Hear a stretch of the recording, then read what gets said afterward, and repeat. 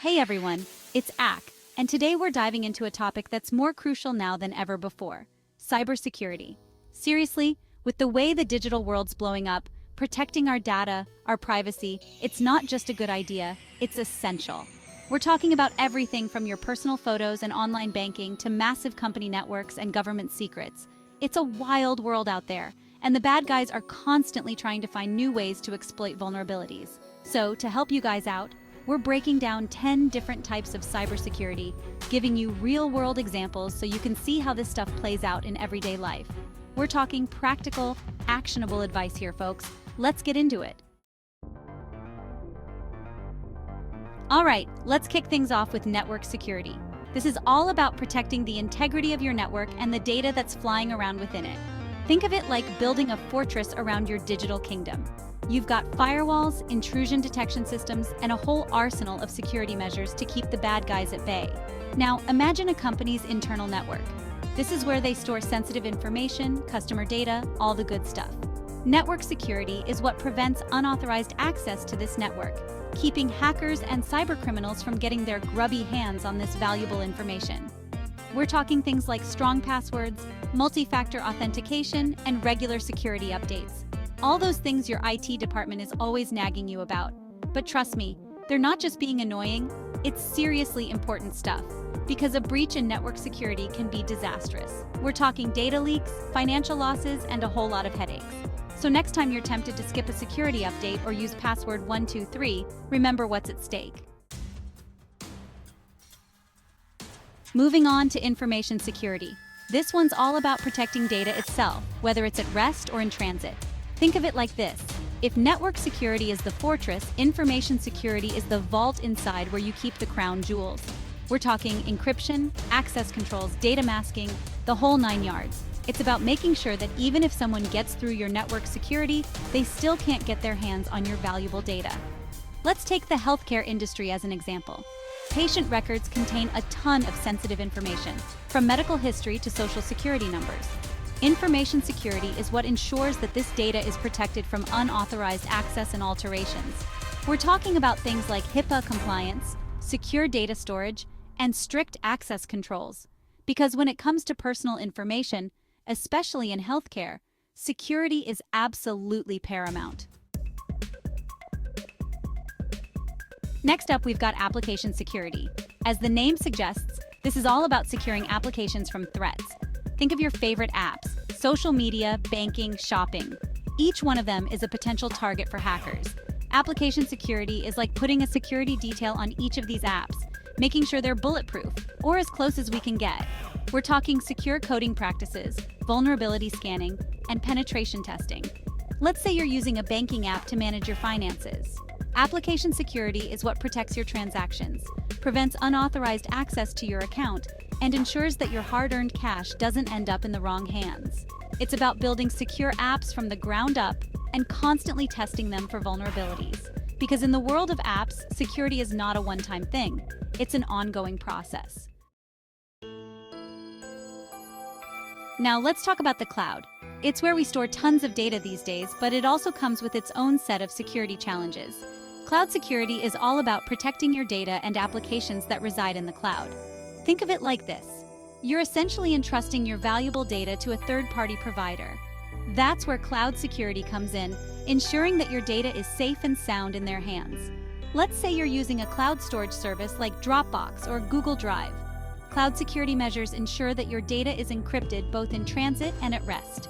They also implement access controls, so only authorized users can access your files. It's about choosing reputable cloud providers, understanding their security practices, and taking steps to protect your data on your end as well. Because even though it's called the cloud, you don't want your data just floating around unprotected. Okay, let's bring it down to a personal level with endpoint security. This one's all about securing end-user devices like laptops, smartphones, tablets, basically anything you use to access the internet. Think of all the devices you use on a daily basis. Each one of them is a potential entry point for malware and cyber attacks. Endpoint security is like having a bodyguard for each device, making sure nothing shady gets in. We're talking about things like antivirus software, firewalls, and intrusion prevention systems. It's also about educating users about safe browsing habits, password hygiene, and being wary of phishing scams. Let's say you're browsing the web on your laptop and accidentally click on a malicious link. Endpoint security measures can help prevent malware from infecting your device and potentially spreading to other devices on your network. Moving on to the Internet of Things, or IoT for short. We're talking smart homes, connected cars, wearable devices, all those cool gadgets that are becoming increasingly common. But with all this connectivity comes increased security risks. IoT security is all about securing these connected devices from cyber threats. Think of it like this. Each connected device is a potential entry point into your network. IoT security is about making sure those entry points are locked down tight. Let's take a smart home as an example. You've got your smart thermostat, smart lights, maybe even a smart refrigerator. IoT security measures ensure that these devices are protected from unauthorized access and can't be hijacked to spy on you or worse. It's about choosing devices from reputable manufacturers, changing default passwords always, and keeping your devices updated with the latest security patches. Now, let's talk about identity and access management, or IAM for short. This one's all about managing user identities and access privileges. Think of it like the bouncer at a club. Only those on the list get in. IAM is crucial for organizations of all sizes. It's about making sure that only authorized users have access to sensitive data and resources. We're talking strong passwords, multi-factor authentication, and role-based access controls.